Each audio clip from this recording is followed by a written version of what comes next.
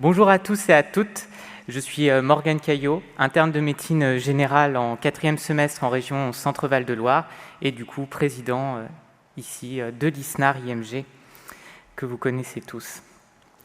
Donc je tiens tout d'abord à remercier les professeurs Olivier Salary et puis Gazarossian de m'avoir convié à cette plénière dédiée à l'amélioration globale de notre DES. Comme il est de mise dans les congrès avant de débuter un propos, je déclare n'avoir pour seul conflit d'intérêts que ma fonction de président de l'ISNAR-IMG et de membre actif du syndicat local de la région Centre-Val de Loire. L'ISNAR-IMG a toujours été fortement impliqué dans les questions relatives à l'internat de médecine générale depuis la naissance de celui-ci en 2004. De même, lors de sa refonte suite à la mise en place de la réforme du 3e cycle en 2017, nous avons travaillé avec le CNGE pour proposer une maquette en adéquation avec les besoins de formation des internes. Mais qu'en est-il aujourd'hui ? Comment notre DES est-il perçu par les internes de médecine générale actuelle ? Les retours font état d'une maquette malheureusement toujours trop rigide, ne permettant pas une réelle adaptation au projet professionnel de l'interne. Absence de stage libre, stage hospitalier ne respectant pas les objectifs de formation de futurs généralistes, enseignement hors stage hétérogène, manque d'enseignement, etc. Les internes de médecine générale s'accordent à dire pour que de nombreuses améliorations soient nécessaires pour parfaire leur DES. C'est face à ce constat que les internes redoutent la mise en place précoce d'une phase de consolidation.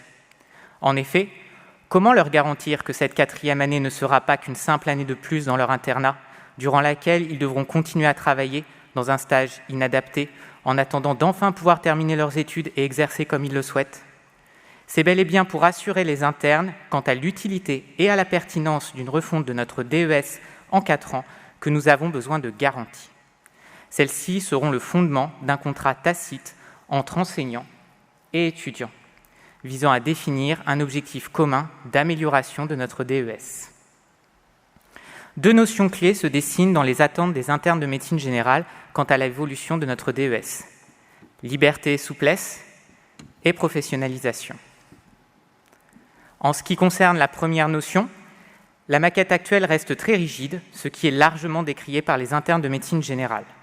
Ainsi, un couplage du stage santé de la femme et santé de l'enfant de 3 mois permettrait de dégager un stage libre qui pourrait être choisi pour mieux correspondre au projet professionnel de l'interne. Un appui sur le contrat pédagogique obligatoirement réalisé avant la fin de la phase socle et régulièrement réactualisé pendant la phase d'approfondissement permettrait par exemple d'orienter l'interne dans son choix de stage libre. Les autres stages resteraient inclus dans la maquette, y compris le SAS-PAS qui nous semble indispensable pour devenir autonome avant toute 4e année. Arrêtons-nous sur une demande forte des internes de médecine générale depuis 2019 dans le cadre d'une phase de consolidation, la mise en place d'un statut de docteur junior ambulatoire. Il est indispensable que celui-ci soit défini avant la mise en application de cette nouvelle réforme. Pour rester sur la logique de la liberté d'installation qui nous est chère, ces futurs docteurs juniors ambulatoires devront pouvoir choisir sur l'ensemble du territoire français un praticien, MSU ou non, attestant d'une thèse d'exercice en médecine générale avec pratique ambulatoire, ayant la capacité et la volonté de les encadrer. La création d'un statut de médecin collaborateur pour docteur junior ambulatoire est donc nécessaire dans le cadre de la création d'une phase de consolidation. Ils devront à minima attester de 3 ans d'installation pour recevoir l'interne. Nous les encouragerons vivement à attester de formation à la pédagogie. La formulation de cet aspect nécessite selon nous la réalisation d'un contrat, type contrat de collaboration. Enfin, cette liberté passera également par une souplesse de choix pour les internes. Ils devront pouvoir décider du statut de docteur junior qu'ils souhaitent. Ainsi, puisque 13,9% des internes de médecine générale souhaitent exercer en hospitalier ou en exercice partagé, la mise en place d'une année complète en ambulatoire oublierait cette population d'internes. Aussi, la possibilité de faire 6 mois et non 1 an et de passer du format de docteur junior hospitalier au futur format de docteur junior ambulatoire en changeant tous les 6 mois sera gage de souplesse. La notion de professionnalisation sous-entend pour nous un lien fort avec le projet professionnel. Trop souvent, les stages de notre DES s'avèrent éloignés de la pratique professionnelle que nous envisageons. L'exemple des stages quasi exclusivement hospitaliers en santé de la femme et de l'enfant est particulièrement marquant, car généralement déconnectés de la médecine générale. Ces stages se doivent, selon nous à minima, d'être partagés entre ambulatoires et hospitaliers dans toutes les subdivisions. La participation d'autres spécialités ambulatoires, comme les pédiatres et les gynécologues, ou encore d'autres professions médicales telles que les sages-femmes, à la maîtrise de stage et à l'accueil d'internes, nous semble pertinente pour atteindre cet objectif tant plébiscité par les étudiants. Mais revenons à cette 4e année. Dans le cadre d'une phase de consolidation sous le statut de docteur junior ambulatoire, l'exercice sur le terrain devra comprendre 6 demi-journées au cabinet, avec 2 demi-journées de découverte sur le territoire, correspondant aux 8 demi-journées de stage réglementaires présentes lors des autres années. Les 2 demi-journées de découverte sur le territoire auront vocation à connaître les différents aspects de la médecine générale actuelle, intégrant la réalisation de consultations en EHPAD ou la participation de travaux au sein de CPTS, toujours au choix du docteur junior. Elles permettront également au docteur junior de découvrir plus spécifiquement les différents acteurs locaux. Les 2 demi-journées de formation en autonomie et sous responsabilité du coordonnateur de DES devront être conservées. Au-delà de la maquette, les enseignements au stage professionnalisant devront être focalisés notamment sur les modes d'exercice ou l'installation. Les internes sont attachés à ce point. Il se trouve dans notre enquête sur l'impact du DES de la médecine générale sur l'installation, avec 50% rapportant un enseignement insuffisant à la gestion administrative du cabinet, par exemple. Enfin, le contrat passé entre le collaborateur thésé et le docteur junior ambulatoire sera garant d'une rémunération professionnalisante.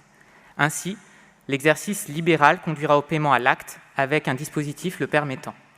Il ne faudra pas toutefois exclure l'exercice salarié ambulatoire, comme en centre de santé municipal, et donc s'assurer d'une rémunération adaptée à cette pratique. Concernant la phase de consolidation, les 2 bases que sont la liberté et la professionnalisation se retrouvent aussi dans les souhaits des internes, auxquels s'ajoute un 3e fondement, qui est la sécurité. Cette sécurité passe, dans un premier temps, par une garantie d'une seniorisation adaptable et pédagogique. Ainsi, si l'encadrement pratique sera assuré par le médecin collaborateur, un encadrement pédagogique restera toujours nécessaire. C'est pourquoi une supervision indirecte par un MSU territorial sera réalisée. Ce dernier devra toujours être distinct du médecin collaborateur pour docteur junior ambulatoire. À cette fin, le MSU territorial disposera de tout moyen de communication téléphonique ou de visioconférence lors des jours et sur les horaires où le docteur junior ambulatoire consulte. Le MSU territorial devra pouvoir se déplacer sur le terrain de stage de l'interne en phase de consolidation dans un délai maximum de 20 minutes. Un débriefing hebdomadaire des consultations ayant posé problème à l'interne sera systématiquement réalisé. Toujours dans cette notion de sécurité et afin d'éviter toute exploitation contraire à l'approche pédagogique de la réforme du 3e cycle, le nombre maximal d'actes réalisés quotidiennement ne pourra excéder 30 consultations, particularité qui devra être mentionnée dans le contrat de collaboration. Un minimum de 10 consultations par jour, en moyenne par trimestre, sera exigé pour valider le stage, sans que cette précision ne soit stipulée dans le contrat de collaboration. La rémunération devra être bien encadrée afin de ne pas précariser le docteur junior ambulatoire. Une rémunération minimale lui sera donc accordée, calquée sur celle déjà définie par le docteur junior hospitalier. Cas particulier, nous proposons au docteur junior ambulatoire exerçant en zone sous-dense de souscrire à un contrat de début d'exercice, nouveau dispositif d'aide à l'installation, acté par décret et arrêté en début d'année. Voilà ce que ça donne en images. Ce n'est qu'en prenant en compte ces propositions d'amélioration que les internes pourront accepter l'idée de l'ajout d'une phase de consolidation, car preuve d'un véritable partenariat entre étudiants et enseignants, garant de confiance en l'avenir de notre formation. À travers nos propositions, nous avons souhaité aujourd'hui vous dresser le portrait de la vision des internes de médecine générale pour leur formation. Bien conscients de l'ampleur du travail à fournir pour pouvoir aboutir à la mise en place de cet idéal étudiant, nous souhaitons vous rappeler notre engagement. Nous vous apporterons toujours tout notre soutien pour que nous puissions, ensemble, au local comme au national, avancer vers l'objectif commun que nous partageons, former au mieux les médecins généralistes de demain. Je vous remercie pour votre attention.